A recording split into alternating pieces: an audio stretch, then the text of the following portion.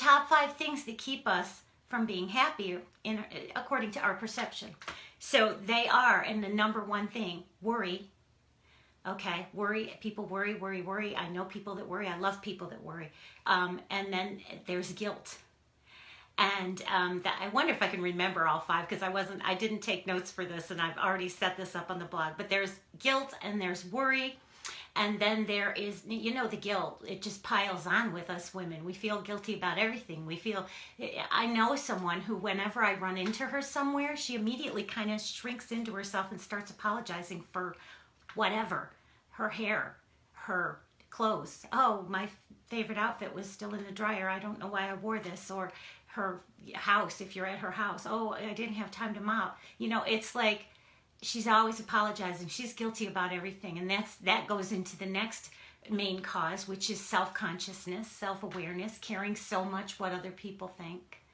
And then there is also the condition that we get where we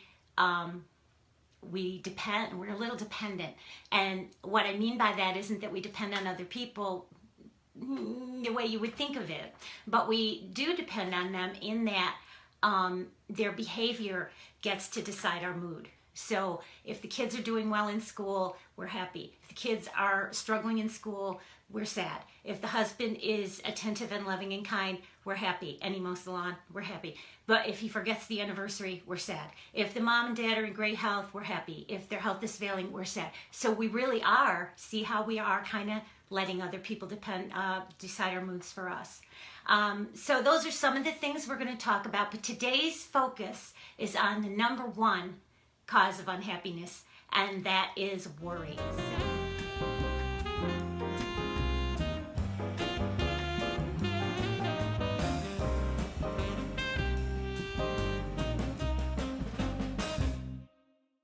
So we worry, and we feel kind of justified in worrying because things could go wrong.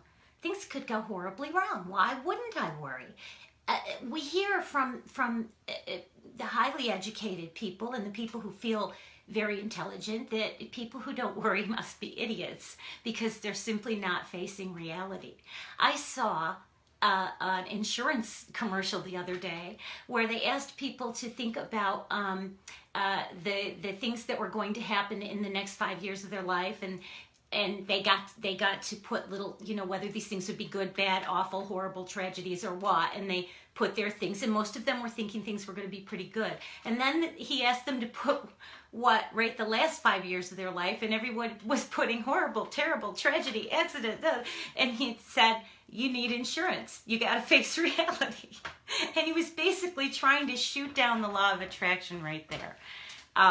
Where what it was if these people had looked into their past looking for the good stuff, they would have found a lot more good stuff than bad stuff. And they would have also, upon deeper introspection, have realized that the bad things all wound up bringing about an improved condition from where they were before the bad things, if they really look at it objectively. So worry. So we worry about the future. We worry about our health. We worry about our kids. We worry about our jobs. We worry about our finances. We worry about the planet. We worry about politics. We worry about the environment. We worry about an awful lot of things, don't we? And I want you for just a minute to go with me here. Does worrying about any of these things change the outcome, do you think? I think on the surface we would say absolutely not. But we don't stay on the surface here. We go deeper. And if you go deeper, you will find that by focusing on the worst possible outcome, you are helping it to become.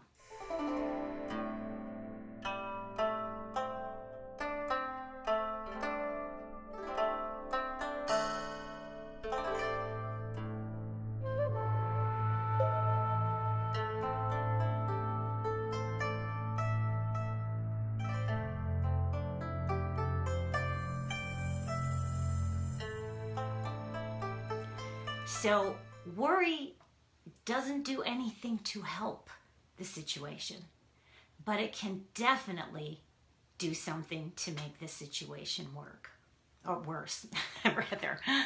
I got a little too relaxed with my Zen. I can no longer speak. I'm speaking to you with energy.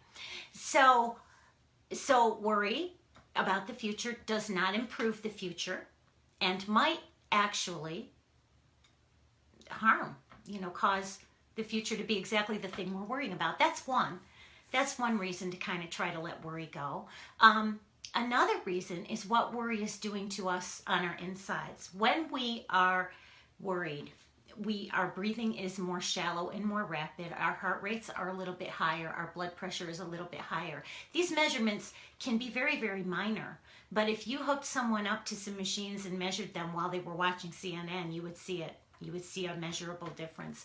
Now, what this does is it triggers the ancient fight or flight response in the brain. All these physical symptoms you're experiencing are signaling your brain that you are not safe. That's what worry tells your brain. I am not safe. When you're not safe, your body puts all of its focus into survival. So it pulls the focus away from all the other things that it should be doing.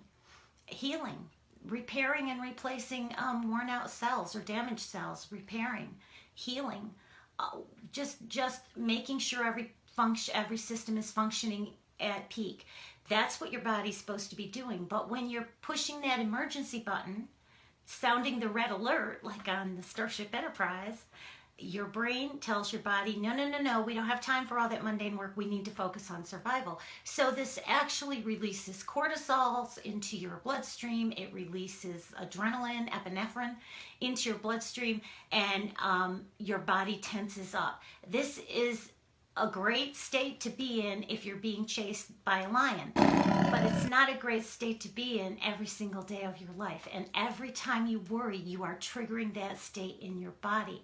And this causes all sorts of problems. And it really causes inflammation, which is the source of just about everything. Heart disease, all the cancers, all of that stuff can be triggered by just the simple act of worrying.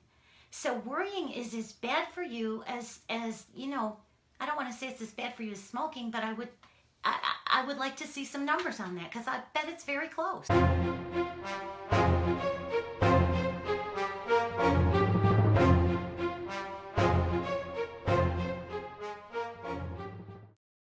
So that's another reason not to worry.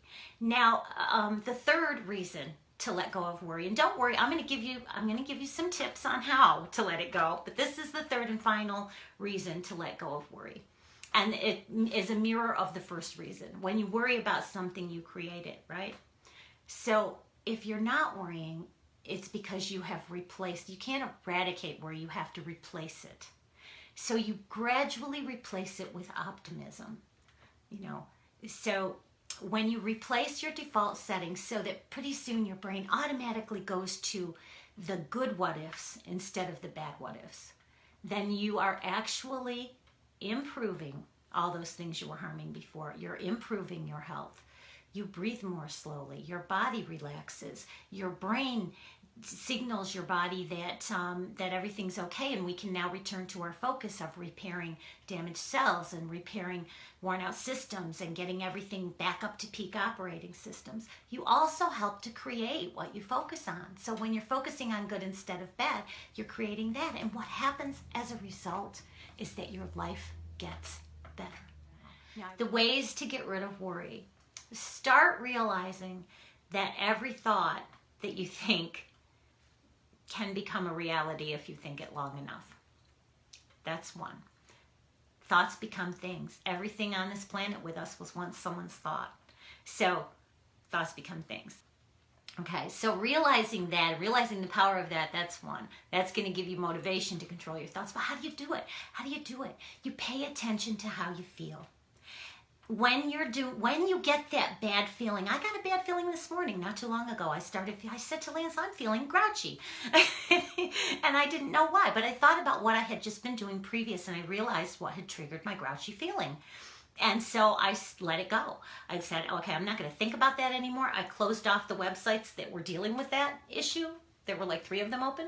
And I went to do something entirely different. I went outside. I went for a walk with the dogs. We looked at the waterfall.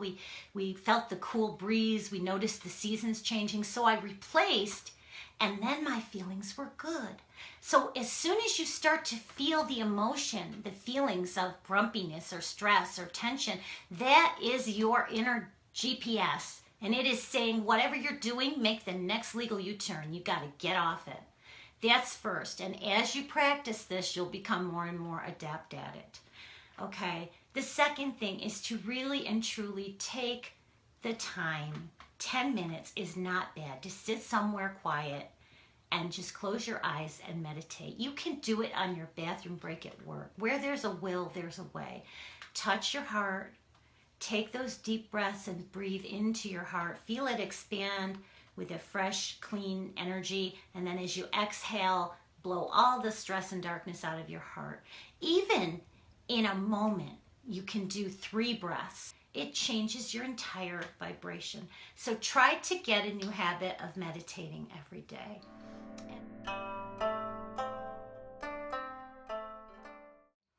And then I think, what else? Let's see. Drink a lot of water. Water cleanses you of toxins, and toxins can cause a lot of stressful feelings in your body.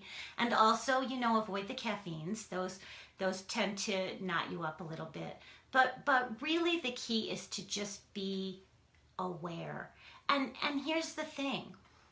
There really, if you think about it, there's no such thing as the past. It doesn't exist anymore.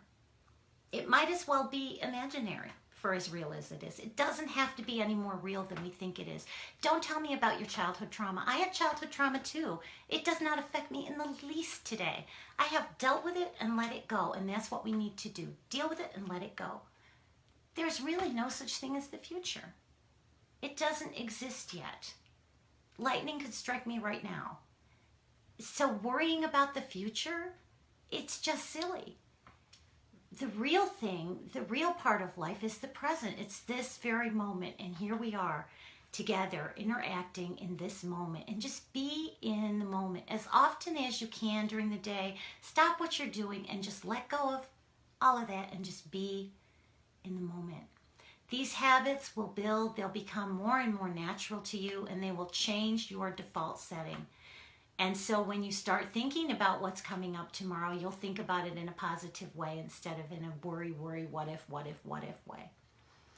There is a quote, I wish I knew who said it, and I don't, and I apologize for that. Whoever you are, contact me if you see this, and I will give you credit for your quote. And the quote is, worrying is being ungrateful in advance. Now think about that. You're just assuming everything's going to go wrong, so you're already griping about it before it even happens. You're being ungrateful in advance. What's better is to be grateful in advance, to feel good about the things you know are coming, and think about the things that are coming as things that will make you feel good. The better you feel, the better is the energy coming in toward you. So we're going to start this week. We're going to spend the week trying to notice every time we're feeling negative emotion, and stop what we're doing and just notice what was I working on? What was I thinking about? Who was I just talking to? And then you'll know that's an area you don't want to go to anymore. And if it's an area you have to go to, then you need to work on changing the way you think about it. But if you can, just stay off that topic and shift to something else, any other job. You might be able to revisit that topic the next day and have it be fine. Sometimes we have things we don't even realize. Sometimes it's just not the right time, and that's our energy telling us so. So I want everybody to join me in trying this and being aware of when we start to get these negative feelings, being aware when we start to worry, what is it we're thinking about, and try to see if we can shift our thoughts, and try to start the habit of just taking those breaths and letting it go. But if you can just trust that there is something bigger than you that makes sure that the sun comes up every morning and goes down every evening, and that the planets stay in alignment, and that the seasons change and the tides turn and the moon goes through her phases without you worrying about those things, then maybe you can let go of these little things in your own personal life and say, you know what, if you can do all that, I think you can probably handle my mom or my job or my finances. So let go a little bit.